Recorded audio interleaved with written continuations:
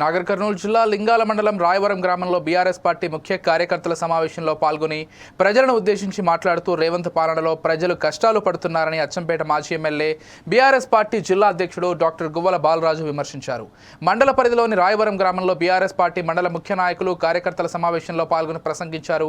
గ్రామాలలో కాంగ్రెస్ ప్రభుత్వం ఇచ్చిన హామీలు అమలు చేసే విధంగా అధికారులను, కాంగ్రెస్ నేతలను నిలదీయాలని కోరారు. ప్రతి ఒక్క కార్యకర్త రేపు వచ్చే స్థానిక సంస్థల ఎన్నికల్లో కాంగ్రెస్ పార్టీకి తగిన బుద్ధి చెప్పాలన్నారు. గతంలో మాజీ ముఖ్యమంత్రి కేసీఆర్ ఇచ్చిన హామీలను ప్రజలకు వివరిస్తూ గ్రామాలలో ముందుకు వెళ్లాలని సూచించారు. రైతు బంధు, 500 గ్యాస్ సిలిండర్, మహిళలకు 2500 విద్యార్థినులకు స్కూటీలు, పెంచిన పెన్షన్లు ఎక్కడా అని ప్రశ్నించారు. ఇచ్చిన హామీలను నెరవేర్చాలని పాలన కొనసాగిస్తున్నారన్నారు.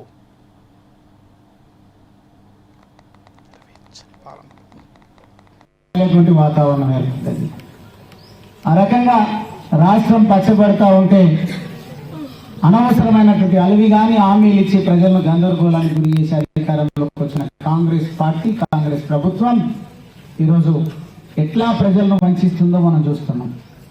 అంత మాత్రాన మళ్ళీ మీ అన్న, మీ తమ్ముడు, మీ మిత్రుడు అయినప్పుడు మీరెందుకు కాలేరు సర్పంచులు, మీరెందుకు కాలేరు వార్డు మెంబర్లు, మీరెందుకు కాలేరు ఎంపీటీసీలు, జెడ్పీటీసీలు, ఎంపీపీలు, ఎందుకు కాలేరు సింగిల్ విండో డైరెక్టర్లు, చైర్మన్లు చూద్దాం. మనం స్థానిక సంస్థల ఎన్నికలను దృష్టిలో పెట్టుకొని ఈ రైతులకు ఖాతాలలో ఎకరా ఉన్నోళ్లకు, 2 ఎకరాలు ఉన్నోళ్లకు డబ్బులు వేసేసినామని పత్రికల్లో ప్రకటనలు ఇచ్చుకుంటా ఉన్నాం. నేను అడుగుతున్నా, ఈరోజు దయచేసి 2000 ఒకరికే ఇస్తే 4000 ఇద్దరికి ఇస్తే పెన్షన్ అంటున్నాడు. ప్రతి మహిళకు 2500 ఇస్తా అంటున్నాడు. ఉద్యోగాలు ఇస్తా అంటున్నాడు. తులం బంగారం ఇస్తా అంటున్నాడు. ఉచిత బస్సు అంటున్నాడు. 6 గ్యారంటీలు, 420 హామీలు ఇచ్చాను. ఎవరైనా ఇస్తామంటే ఆశపడతారు. ఆశపడి కన్ఫ్యూజన్లో మేమేం చేస్తాం మన సంగతి పాపం మర్చిపోయి ప్రజలు అమాయకత్వంలో ఆశపడి ఓట్లు వేస్తే వేసిండ్రు, గెలిస్తే గెలిచింది.